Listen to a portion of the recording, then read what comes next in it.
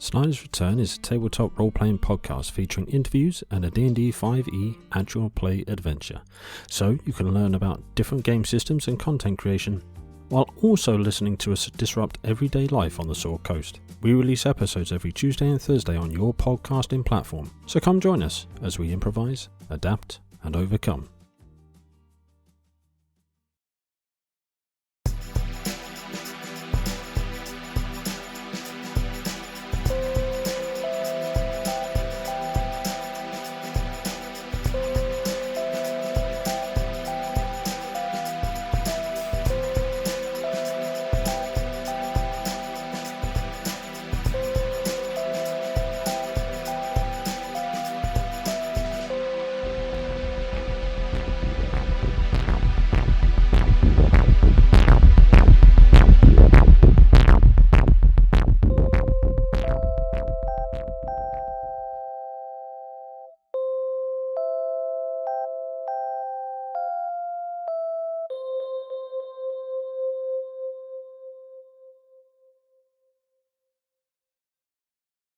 Life's a game, the world's a stage, and we are merely role-players, where theatrical people play role-playing games. My name's Matt, I'm your compere for this backstage session from the current main house production, and we're in an actual place altogether with a cat, which is the source of any background noise you might be hearing. Tilly's kibble. Joining me backstage are... Hello, I'm Josh. I'm playing Ginny Greenteeth, the spell slinger. Hi, I'm Ellie. I'm playing Percy Byron, the exile. Hi, I'm Nat. I'm playing Gwynned, the divine. Hello, my name's Alex, and I'm playing Graham the Summoned. So we're mixing and matching some groups that have played together before. So we have 2 alumni of Vigil Playtime, and we have 2 alumni of Vigil Cold Snap. Whoop whoop. And this episode, we're going to work out how everybody knows each other. So we know that for some of these pairs already. So let's just quickly recap first of all. Percy and Graham already have established backstory, so let's just remind ourselves what that is. So Graham showed understanding when I was confused and overwhelmed when I arrived into the present day, because he's had experience of arriving in a world he doesn't know. Similarly, Ellie sees my human side, and because she shares my feeling of being removed, out of place, out of time. Yeah, we ended up with these 2 characters who, at face value, might have been very at each other's throats. Percy's nemesis is a demon, Graham is a demon. There was great possibility for violence there, but... They went a different way with the backstories, which is very nice. I mean, I'm sure there's still potential for violence. We just haven't got there yet. Never say never to violence. That is one of my mottos. But if there is, it wouldn't be because Graham's a demon, it would be because Graham's annoying. Yes. Yeah. And then also Ginny and Gwynned already know each other, already have established backstories, so let's remind ourselves what that is. 2 very old ladies just looking to make sense of this crazy helter-skelter world. Yup. Trying to live in the modern world. Ginny was partly responsible for Gwynned's de-ducking. Anti-anodyne risation. Fancy words. Oh, someone's been waiting to use that, haven't they? Someone's on Wikipedia first thing this morning. You're not playing Olwyn Callahan the 16th now, Joe. Good reference.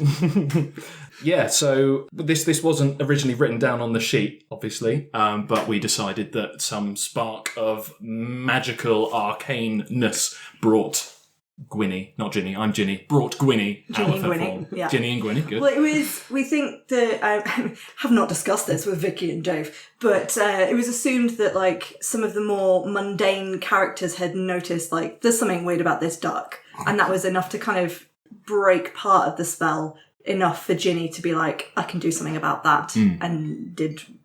But you were also, that was it, you were trying to summon a guardian for the duck pond because there was some demon in the duck pond, and the duck pond was like, well, there's a guardian right here. She's just a duck now. And so there was just an explosion of pond water and steam, and then you just kind of fell splashing in the water, and suddenly there was a hippie appeared. soggy, awesome hippie with a giant What is it that you Is it hold? Your bow quarterstaff? staff, quarterstaff. Okay, so I would like to correct this now. In the initial character creation, I said quarterstaff. Historically, it should be a quarterstaff. And then when we recorded Cold Snap, I kept saying bowstaff because it's easier to the tongue, quicker to say. And I fit like this weaponry history nerd in me is annoyed at myself. So it is a quarterstaff. What's the difference? A bowstaff is an East Asian martial arts weapon. It's a Gotcha. lot longer and thinner and bendier. A quarterstaff is solid. It's just a big old stick. It is a big old stick. Now, I guarantee you are the only person that's annoyed by that. There was no one else listening to Cold Snap who threw their headphones down on the floor and said, well, they've just lost themselves a subscriber. That's a goddamn post-up. Just to me. All the history nerds have been well up in Merely Role Players DMs, so I'm glad, thank you for clearing that up. So it's good. That fire hose is just going to ease off a bit now. And guys, remember hashtag be kind. We all make mistakes.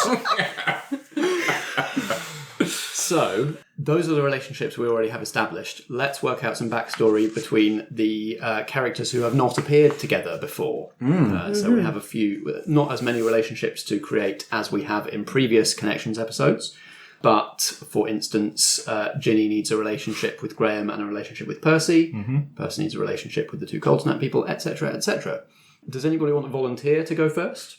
I have one that I think it feels kind of obvious to me, given what happened in Playtime. I have one of them that is, you have a crucial role in what is to come. I'm here to guide and defend you. So I think she possibly recognises that Percy was brought here for a reason. And, okay, well, if I'm helping these people out, she's clearly important, so must protect. Thanks. That sounds great. Ellie, since it's passed to you, would you like to establish a relationship with either Gwynny or Ginny? I have one for Gwynny. They possess a message or item left for you from your comrades in the past. Ooh. Ask them to tell you what it is and how it came into their possession. Oh, that's very intriguing. Which also presumably means a human gave a duck some stuff. Was it a mystical bit of bread or some seed? No, I wonder if maybe it was something where it was a little artifact that to hide it, one of your colleagues in the past had kind of been like running through the town that was probably village at the time and just kind of shoved it in a bush. Yeah, or threw it in the which pond. was in the reeds. Yeah. And Gwyn kind of just took it and put it in her nest. Not that she would have had a nest because she wouldn't have laid eggs or had children. It might have been for comfort purposes. Somewhere to sleep. Yeah, nice little bed. That's shiny. I think it I sounds like lovely. it. Yeah. Do we already have something with an amulet? Do you have an amulet? I have an amulet that is needed for time travel. Maybe this is a companion ring that slots into the amulet. Oh my god. Oh, fuck yes. I don't know, what exactly that implies, but I'm going to say Gwyn doesn't know either. Let's leave Okay. it loose what it actually does. Sure. But, yeah. Yeah, it has matching symbolism on it, and it wasn't until maybe we sat down and kind of had a chat and you noticed Gwyn had just been wearing it because I found this is mine, it's fun. It's a human thing. Part of her backstory is, she's a bit Little Mermaid-y with the human world. So, yeah, she just kept it, it was fun, and then you realised what it was. So it wasn't an intentional, I have been given this to guard for you, but hey, crazy coincidences. Yeah. Do you think if you link the brooch and the amulet and the ring together, you turn into some sort of giant megazord? That'd be great. Maybe. It's a possibility. I'm just saying that. Sounds very similar to, the Uncharted when Drake's ring goes into that circular disc and they start to rotate and click and all sorts of fun clockwork things happen. But not that, or the megazord for But legally distinct. legally distinct. A giant robot of similar but not. Yeah. Great. So we've upset the history nerds and we've upset the people at Warner Brothers, 20th Century Fox, whoever owns Transformers. Just all nerds. Please don't sue us.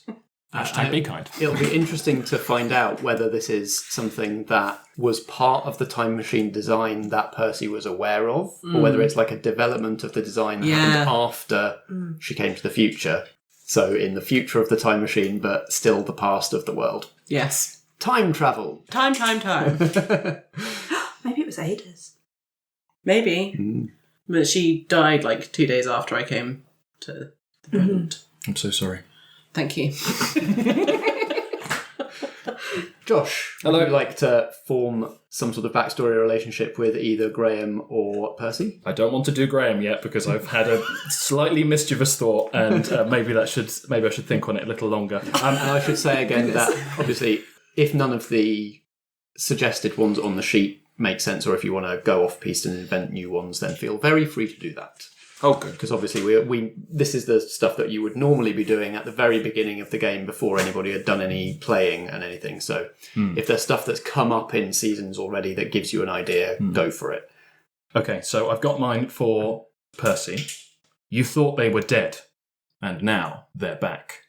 I mean, that's accurate. So, here's my thoughts. Yes. So Ginny's whole deal is that she's been around for centuries and centuries and centuries, but she has sort of died and then been reborn, right? There's some real mad reincarnation shit going on. And a lot of the time when she comes back, it's not always in human form. Right.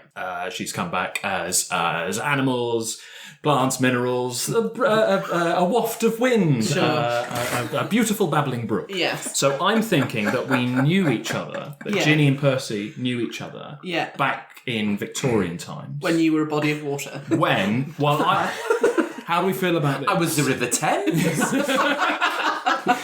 You pulled a bike out of me. I was very stinking. I was filled with effluence. I was thinking about going a little bit more Pocahontas with this. I think I was a face in the tree. Oh my god, Grandmother Willow. You used to go to Regent's Park in London or something and rest up against your favourite tree, and old Grandmother Ginny used to sort of sing lovely lullabies and give you wise advice. Hello, dear. I like how the Pocahontas has got like a sensible talking tree, and then Percy's just got this insane old bin trapped in a birch. It's sensible. Grandmother Willow is wise, but she's not sensible. She's very mischievous. She's quite Yeah, silly as silly. well. Okay. Yeah. Standard old lady in Disney films behaviour. You need to rewatch Okay. Pocahontas. Yeah, I've probably only seen it once, to be fair. I mean, it's very problematic. Yeah. Well, just skip to the tree bit. Don't deal with anything else. What do you mean? Just find the Grandmother Willow supercut on YouTube. And try to forget the fact that Pocahontas in real life was about 13 years old, and just ignore the love story with Mel Gibson and Died in, where was it? Kent, Ramsgate. Gravesend. Let's Gravesend, sweep yeah. that problematic story under the carpet and get back to the one we're talking about. I agree. Gravesend is an awful place. So that's my thought. How do you feel? I think that's ridiculous. Good. Really good or just ridiculous? Well, I mean, whatever. No, I like it. Yeah. I think So, that's lovely. does Percy recognise the now human Ginny as the tree she used to talk to? go- Has Ginny revealed herself as, I knew you in the past? Well, this is taking place like a few weeks after Percy's appearance, right? So we don't necessarily have to do the scene of, I recognise you used to lean on me, I used to whisper advice, and you're like, who's this mad old woman? No, I'm like, Get look away. at your craggy bark face. I'd recognise that anywhere. Oh, craggy bark face. Yeah, this is all establishing stuff that you have formed this relationship before Yeah. the session my starts. word. So. I think it's more of like a connection that you just feel. You get like magic-y vibes, and you're like, old tree lady, rather than you look like a tree, because that could be rather hurtful to Ginny. Like, that's not hurt her feelings. Yeah, all right. But yeah, just one day of just Ginny Tree was just in the park waiting for Percy to come, and you just never returned. Yeah. Yeah. And she just slowly, autumn turned to winter, turned to spring, and you never came back. No, then she got chopped down. And then she got turned into a block of flats. Ripped down. Alex, since Hello. you haven't done one yet, would you like That's to fair. create a connection between Graham and either Gwynny or Ginny? Well, as we've got someone tied to a god in our midst, I feel that they would probably know that. So Gwynny would probably know something about my issues with the apocalypse, in as much as I'm gonna bring it about. I'm still kind of like, that's not gonna happen.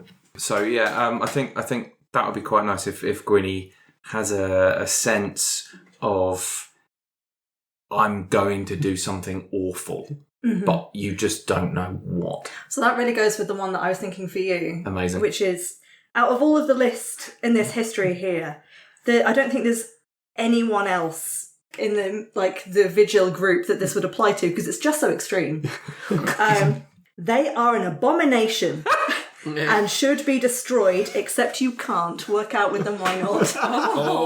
Oh, snap. That is a lot. And that's not to say that she hates you or anything. I'm sure we can get She on. just doesn't want me to be around. But I think anymore. Gwyn is very much of the fae and the nature, and this world, and Graham is from another plane of existence, and that feels like physically wrong to her. And he's a threat to the mortals that And you've the sworn threat- to protect. Exactly. Yeah. But we don't know why. And obviously he's very affable. Yeah. But yeah, Yeah, I think, okay, that I like there that. is a physical disgust there. I mean, I think that pervades across all of the members of the differing parties That so suddenly far. felt like that bit in First Dates where they're like, do you want to see each other again? And one just goes, there's some physical disgust. I can't get past the tentacles. I tried so hard. No, I just can't do it. Or maybe just as friends. So the one in mind, directly to sort of verbatim quote it, is tied into your destiny somehow. Tell them how they fit into your first sign of the apocalypse.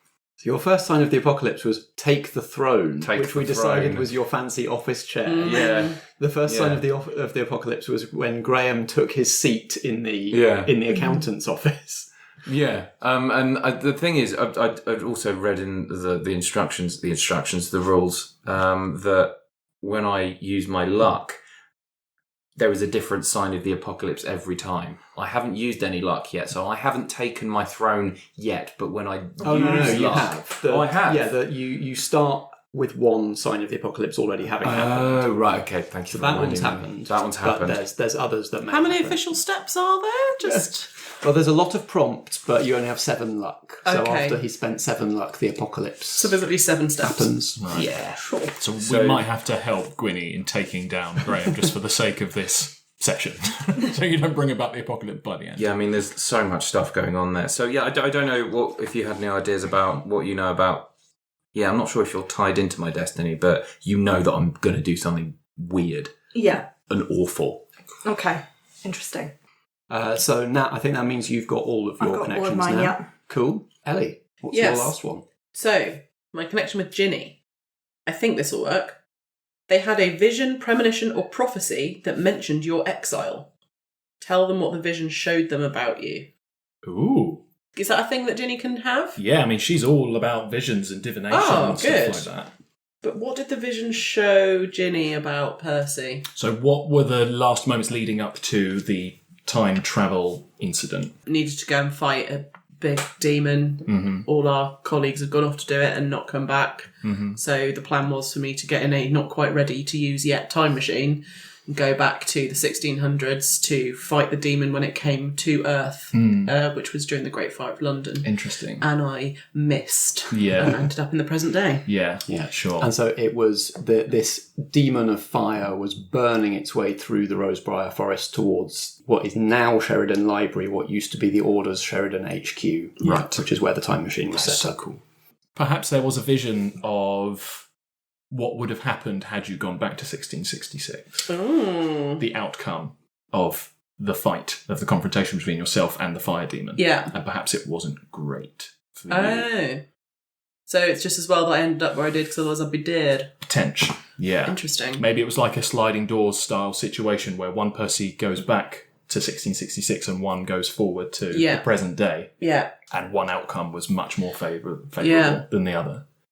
Cool. And so Ginny knows that you're on the right path, but you've just got to go through a number of quite difficult steps and deal with some eccentric individuals in a small market town Yes. before you go on to eternal glory and slay the demon. Great. Thanks, Ginny. You're welcome, my darling.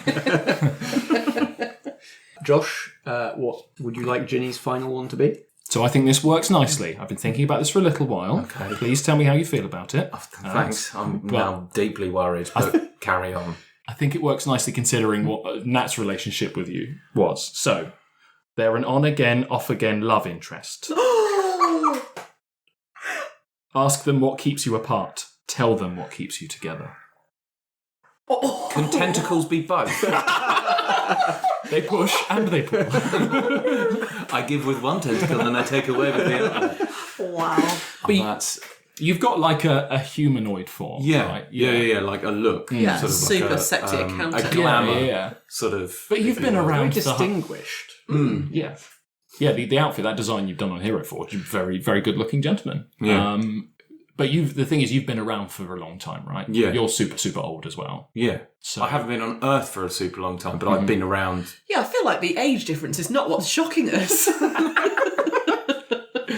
what I mean is our paths could have crossed multiple times throughout the centuries. Good point. Oh, so it could be on again, off again. In terms of time. Yes. Although this is Your just- death keeps keeping us apart. Yeah, exactly. You every so often just dying. Yeah, well, you would have gone back to Regent's Park in the 1800s to go and have a nice picnic under me, and then there's the tree's been demolished, has been torn There's a down. block of flats. But how long has Graham been on Earth though? I think we decided about 10 years. Yeah. Oh, I thought you'd been around for a lot longer. He's old, but he lived in the hell dimension. or whatever. Oh, He was accidentally possibly accidentally, he was summoned, and he wasn't what the summoners wanted. So I feel like your on again, off again relationship would have only existed in the last 10 years. Which, to be fair, that's longer than a lot of Oh, on again, absolutely, off again sure. love interest might be.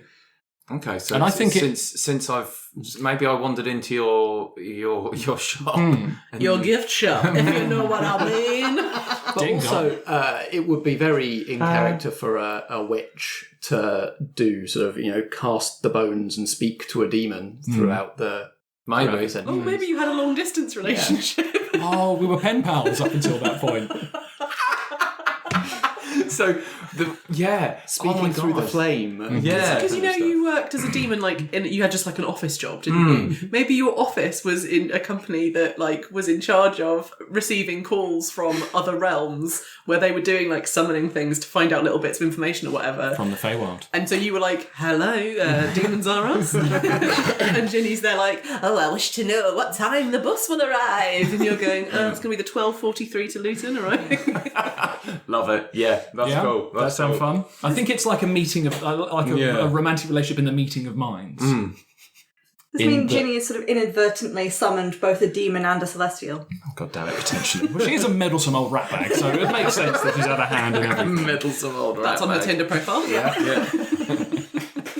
Why is that old tree? Why is one of the photos just an old tree? Oh, that's some social media content we could do. Everybody's Tinder profile. That would be really good. We need to come up with a different name other than Tinder, though. Oh, but having a picture of an old tree on Tinder, though. Yeah, that was really good. Or it'd It be works. not Tinder, but Sherrydown's terrible Facebook group, like the like the next Sherrydown Lonely Hearts. romantic Sherrydown novel. Lonely Hearts. Yeah. Yeah. Nextdoor.com. Oh dear. Oh God. Could it be called Sherrydown to fuck?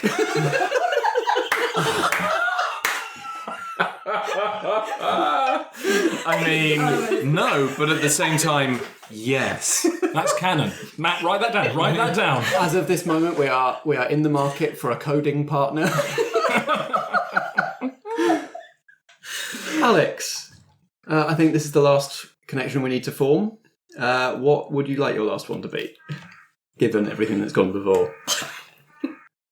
Okay, that's interesting because I Now you need to wasn't do one with expecting Ginny, that. right? Yeah. My last one is with Ginny. Don't break my heart, Alex. Come on. Oh.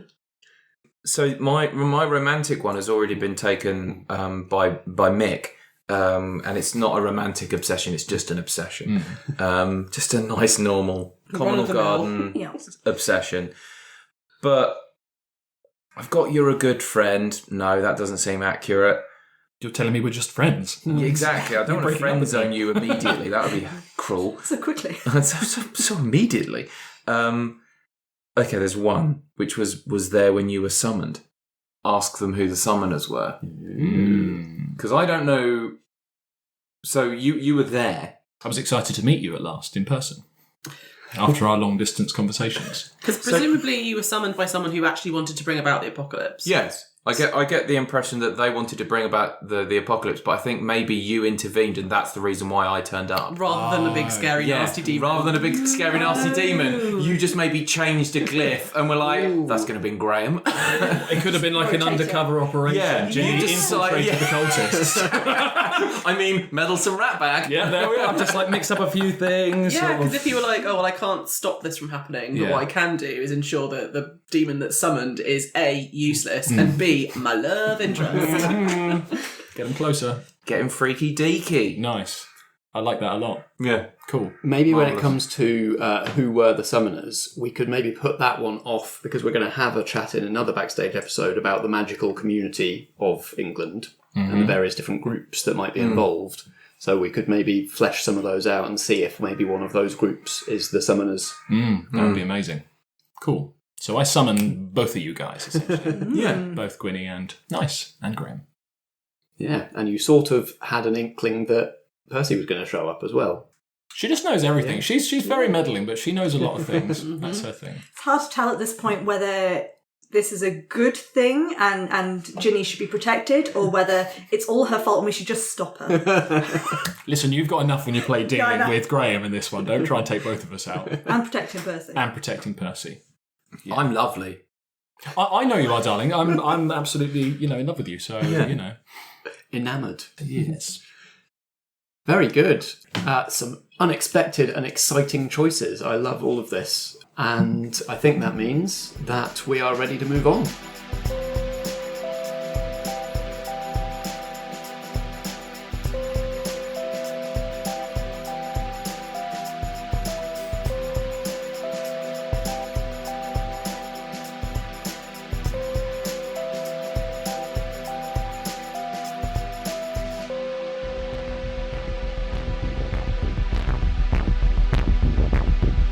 This has been Vigil, a main house production from Merely Roleplayers. It stars Natalie Winter as Gwynned, Alexander Pankhurst as Graham, Josh Yard as Ginny Greenteeth, and Ellie Pitkin as Persephone Byron.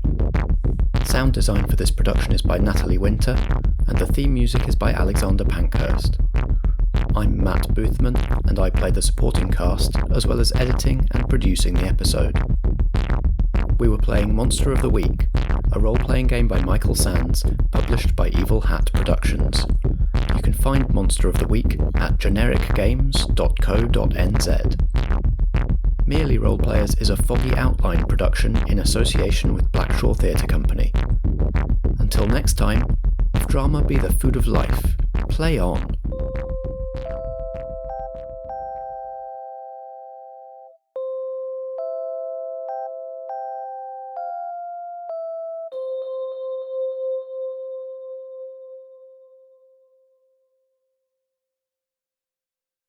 Hello, I'm Josh. I'm playing Ginny Greenteeth, the Spellslinger. Hi, I'm Ellie. I'm playing Percy. We've all forgotten how to speak.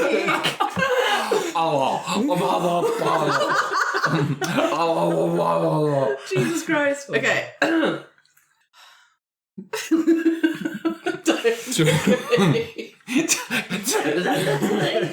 I'm hideous. Should we do this whole thing again, or should we just go from there? Shall we reconvene tomorrow? I can do it. Jesus Christ alive, this is going to be fun.